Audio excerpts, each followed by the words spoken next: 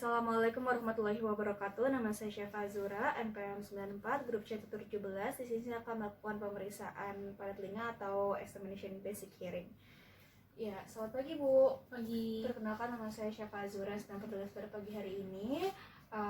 Ibu namanya siapa? Aca. Aca. Usianya? 25 tahun.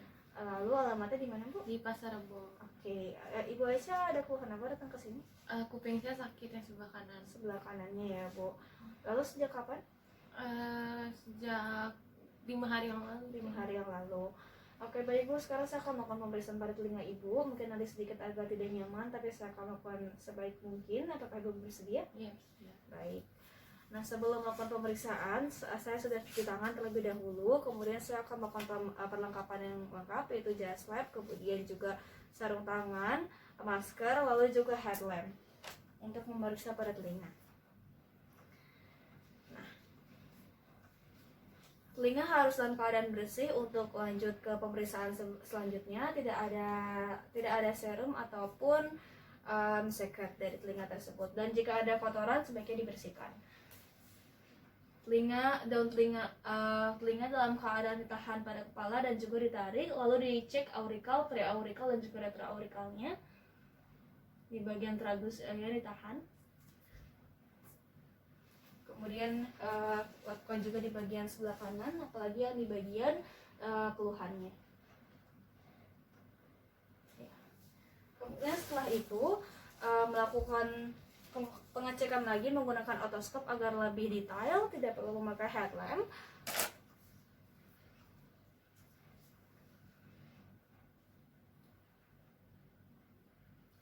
Dan diperiksa pada satu lagi, dengan satu lagi.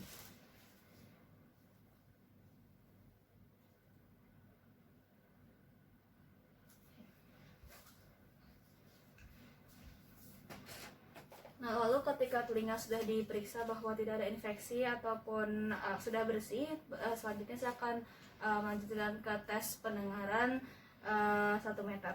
Nah, selanjutnya saya akan melakukan tes pendengaran dalam 1 meter, yaitu dimana nanti pasien akan saya minta untuk memegang jam tangan diletakkan pada telinga salah satunya yang tidak dites.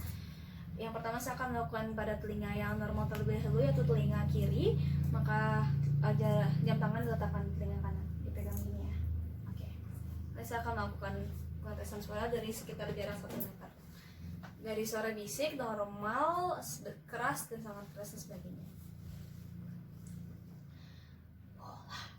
Bola, meja,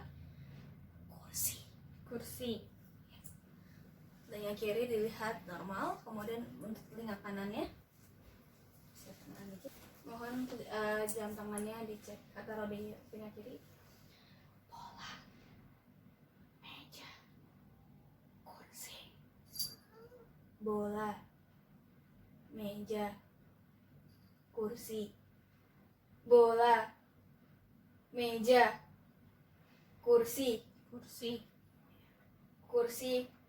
kursi. Bola, meja, bola.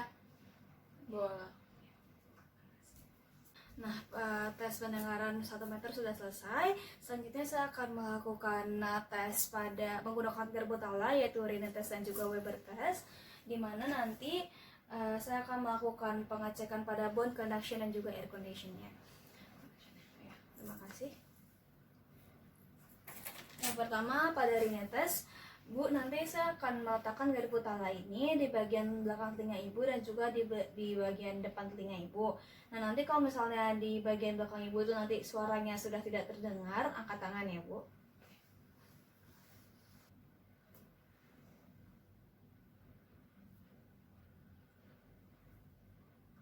Dengaran.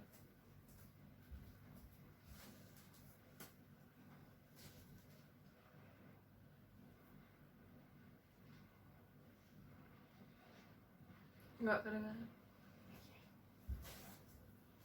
Baik, dari pemeriksaan Rina Test itu didapatkan bahwa telinga kirinya memang normal, di mana saat dilakukan pengecekan bone connection dan juga ear connection itu sama-sama bisa mendengar, atau ear connection itu lebih besar daripada bone connection, karena saat diletakkan di depan telinga pasien masih dapat mendengar, sedangkan pada telinga kanan saat diletakkan di depan telinga pasien tidak dapat mendengar suara getutala.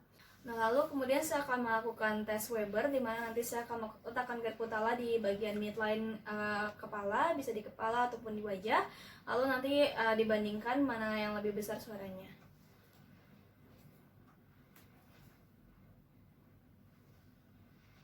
Lebih besar yang Suaranya lebih besar yang di kanan? iya. Oke, baik. Jadi lihat bahwa hasil Weber test itu adalah telinga positif, yaitu telinga kanannya, atau ada abnormalitas di telinga kanannya karena lebih besar suaranya di telinga kanan, atau tidak sebanding antara telinga kiri dan juga telinga kanan. Ya, selanjutnya saya akan melakukan tes Rumberg, di mana nanti untuk mengetes keseimbangan pasien, di mana nanti pasien saya akan memintanya untuk meletakkan satu kakinya di depan, ya, kayak gini, ya betul. Lalu dua tangannya menyilang di bagian dada dan menutup matanya. Nah, dilihat nanti apakah jika postur pasien itu berubah beberapa saat kemudian, itu artinya abnormal atau hasil Rumberg test itu positif.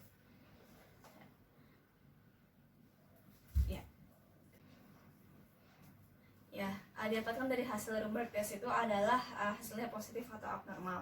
Lalu yang kedua, saya akan melakukan tes tandem guide, di mana nanti untuk keseimbangan juga, di mana nanti saya akan meminta pasien untuk berjalan ke arah saya, di mana saat berjalan kaki yang satu, tumitnya itu akan terkena dengan kaki yang satunya lagi.